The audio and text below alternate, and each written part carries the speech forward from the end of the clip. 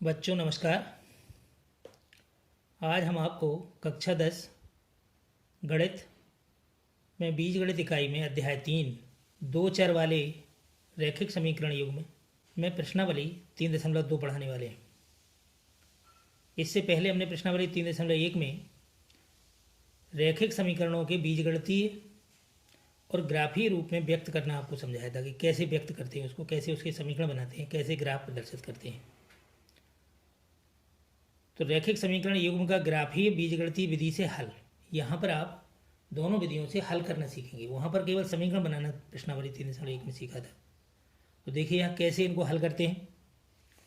दो रैखिक समीकरणों a1x plus b1y plus c1 equal to 0, a2x plus b2y plus c2 equal to 0, ये दोनों जो समीकरण हैं, ये दोनों समीकरण मानक समीकरण कहलाते हैं।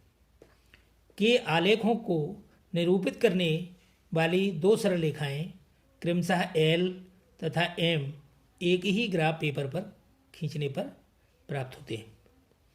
एक ही ग्राफ पेपर पर दोनों रेखाएं खींची जा सकती हैं, एल और एम। ये एल और एम केवल इसलिए मान लिया है जिससे आपको बार बार ये पूरा समीकरण ना लिखना पड़े।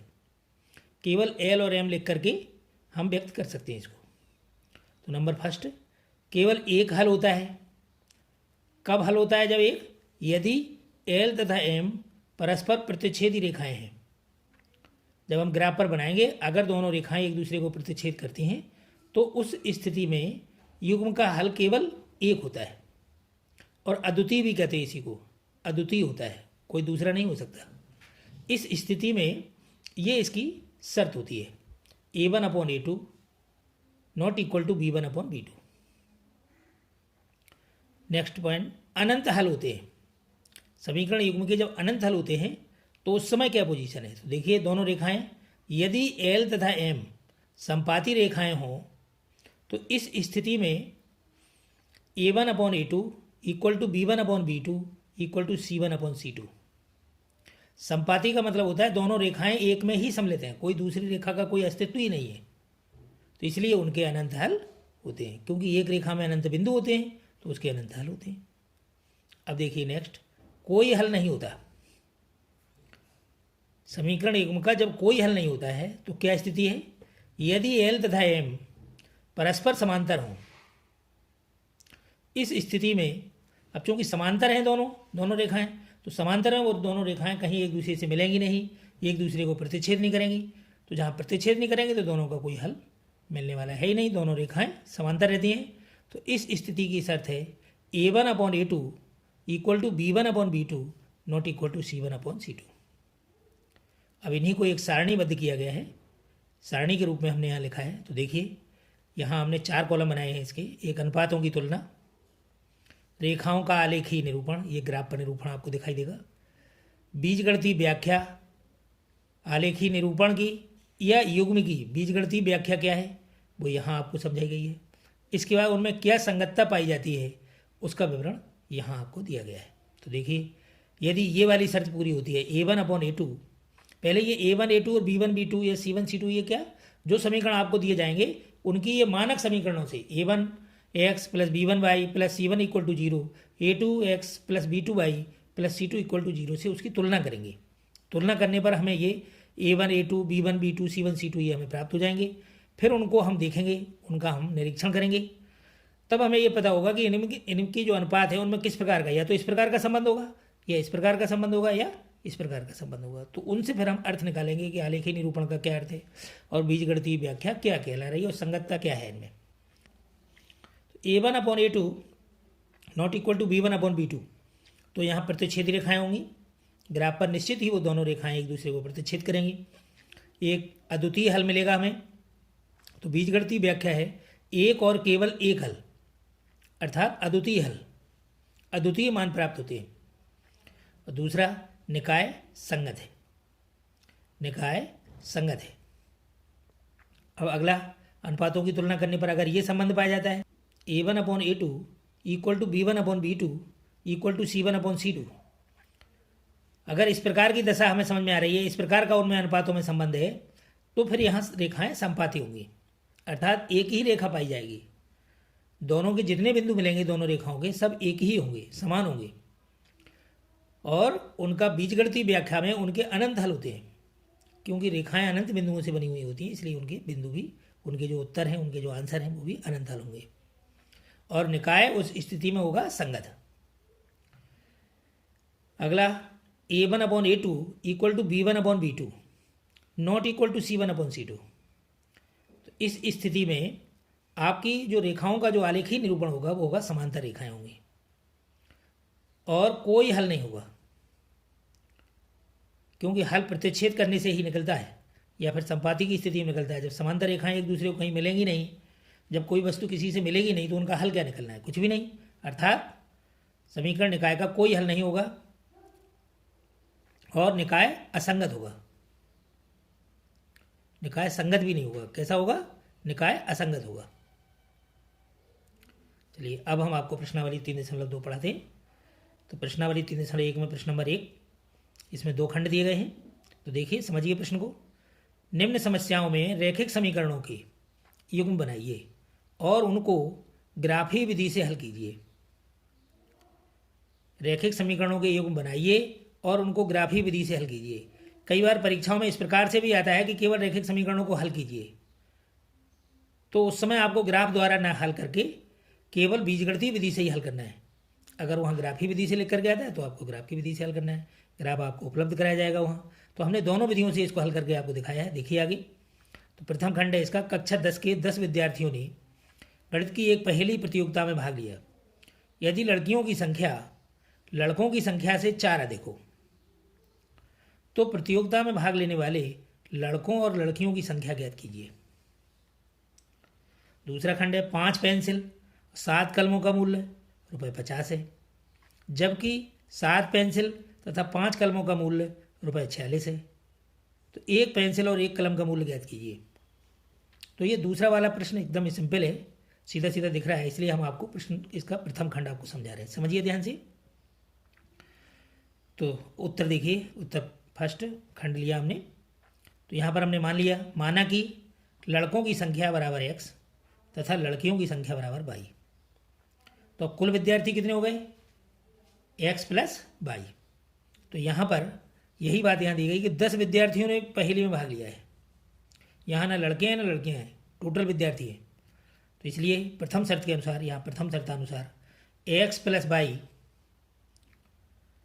इक्वल टू 10, समीकरण नंबर 1। अब यहाँ द्वितीय शर्तानुसार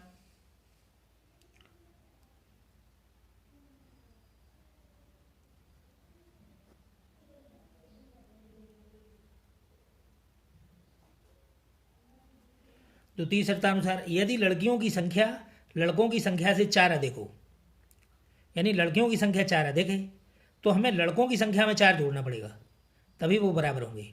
यदि लड़कियों की संख्या लड़कों की संख्या से 4 अधिक है, लड़कों की संख्या से 4 लड़कियां ज़्यादा हैं, तो हमें बराबर करने के लिए लड़कों की संख्या में 4 जोड़ना पड़ेगा। तो देखिए यहाँ द्वितीय शर्त में वही हमने किया, x plus 4 equal to y। ये आपका समीकरण नंबर 2 बन गया। समीकरण सेकंड से, ये समीकरण सेकंड है, y equal to x plus 4। ये मान हम y equal to x plus 4 ये मान हम समीकरण 1 में रख रहे हैं। तो इस समीकरण 1 है x plus y equal to 10। तो यहाँ पर ये y है, y की जगह पे हम रख देंगे x प्लस 4। तो हमने ये x प्लस 4 रखा, तो x प्लस 4 इक्वल टू 10। अब इसे हम हल करेंगे, सरल करेंगे इसको। तो x और x को हमने जोड़ा, योग किया इनका, तो ये हो गया 2x, और 4 को हमने पक्षांतर कर दिया, तो ये हो गया ऋण 4। तो ये हो गया 2x इक्वल टू 10 माइनस 4। तो अब यहाँ 10 में से 4 माइनस करेंगे तो ये 6 आएगा, और 2 से हम इसे डिवाइड करेंगे, तो ये हो गया x इक्वल टू 6/2। 2 से हमने डिवाइड किया इसको, तो ये 3 बार गया इसका भाग, 2 3 6, 3 आया, तो x बराबर 3। अब x का मान समीकरण 2 में रखने पर, तो समीकरण 2 हमने लिया, ये y equal to x plus 4, और x का मान 3 है, तो x की जगह पे ये 3 रख दिया, बराबर 3 धन 4 बराबर 7। तो ये आपके माना गया, अतः x इक्वल टू 3 और y इक्वल टू 7। तो x इक्वल टू 3 ये लड़कों की संख्या है और y इक्वल टू 7 ये लड़कियों की संख्या है। ये आपका एक आंसर हो गया बीजगणितीय विधि से। अब इसको हम ग्राफ विधि से हल करना आपको समझा रहे हैं। तो ग्राफ आलेखित हेतु समीकरण 1 से x plus y equal to 10। अब यहाँ x का मान मानते हैं और y में रखते हैं, इसलिए बाई के रूप में हम समीकरण को चेंज करेंगे, तो ये होगा y equal to 10 minus x. अब इसी बेस पे हम सारणी बनाएंगे। तो हमने ये सारणी बनाई इसकी। तो सबसे पहले एक्स बिंदु, ये बिंदु माने हुए होते हैं। ये जो हम पॉइंट लेते हैं इनको हम अपनी कैलकुलेशन के आधार पर रखते हैं, इनका कोई आधार नहीं होता है। केवल हमें ये देखना होता है कि एक्स और वाई के बिंदु पूर्णांक में आए और कम से कम हो, क्योंकि ग्राफ की सीमा छोटी होती है, नहीं तो ग्राफ फिर पैमाने में आपको बहुत कम मात्रा में मानना पड़ेगा। अगर आपने बड़े बड़े बिंदु लिए तो प्रयास करना चाहिए कि छोटे बिंदु हो, मतलब छोटे पूर्णांक हों। तो y equal to 10 minus x, ये हमने यहाँ से लिया। ये बिंदु हो गए जो हम मानेंगे, ये निर्देशांक यहाँ पर हम रखेंगे जब बन जाएंगे। तो अब हमने ये बिंदु लिए 3, 5, 6। तो 3 का मान हमने इसमें रखा, तो 10 माइनस 3 तो ये आ गए 7। फिर 5 रखा तो 10 माइनस 5 तो ये 5 आए। फिर हमने 6 रखा इसमें, तो 10 माइनस 6 इक्वल टू 4। ये सारी कैलकुलेशन कि कितना मान आ रहा है ये हमें रफ वर्क में देखना होता है पहले। फिर इसके बाद बिंदु हमने मान लिए ए बी सी, 3 बिंदु हो गए। ये इनके निर्देशांक हो गए। ये 3, 7 ये भुज होती है, ये कोटि होती है। फिर ये 5, 5 हो गया और ये सी बिंदु 6, 4 हो गया।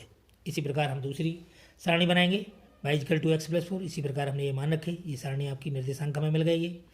अब हमने यहाँ पैमाना बिल्कुल सिंपल है, चूँकि छोटे बिंदु हैं तो सीधा एक्स अक्ष पर 1 सेंटीमीटर बराबर 1 इकाई और वाई अक्ष पर 1 सेंटीमीटर बराबर 1 इकाई। अगर मान बड़े होते तो इनको हमें 1 सेंटीमीटर 2 इकाई या 3 इकाई कम करना पड़ता। जिस प्रकार से जैसे भारतवर्ष का नक्शा बनाते हैं तो एक पेज पे पूरा भारतवर्ष आ जाता है, तो वो किस पर आधारित होता है? पैमाने पर ही आधारित होता है।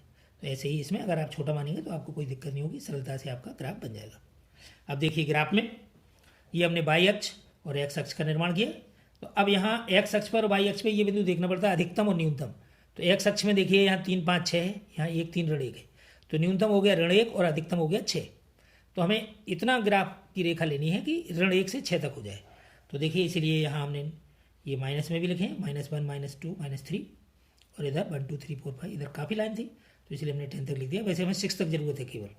इधर हमने ये बाई अक्ष किया तो इसमें माइनस की नहीं भी जरूरत, फिर भी हमने यहाँ -1 लिखा है, क्योंकि बाई में अधिकतम 7 है और न्यूनतम हमारे पास 3 है। तो सारे जो है धन में है। अब हमने ये ग्राफ का ये बिंदु हमने इससे लिए, जैसे मान लीजिए 3, 7 है तो एक्स अक्ष पे हम 3 बिंदु चलेंगे। ये हमने 3 बिंदु ही आए यहाँ, और बाई पर हमने ये 7 बिंदु। तो ये हो गया 3, 7। ये 3 रेखा यहाँ से ली, ये बिंदु हमने लिया, इधर से ये 7 आ गया। यहाँ पर ये बिंदु रख के इसके बाद गोला लगा देते हैं, बड़ा छोटा गोला बाद में दिखता नहीं है। और इसी प्रकार सारे बिंदुओं का निर्धारण किया, इन रेखाओं खींचा। तो ए और ई बिंदु, ए और ई यहाँ भी ये दिख रहे हैं। ए पर 3, 7 भी आ रहा है और ये 3, 7 देखो यहाँ ई बिंदु पर भी आ रहा है। तो ये दोनों बिंदु एक ही है, ए और ई। तो ये 3, 7 यही इनका प्रतिच्छेद बिंदु बना, यही इनका आंसर है।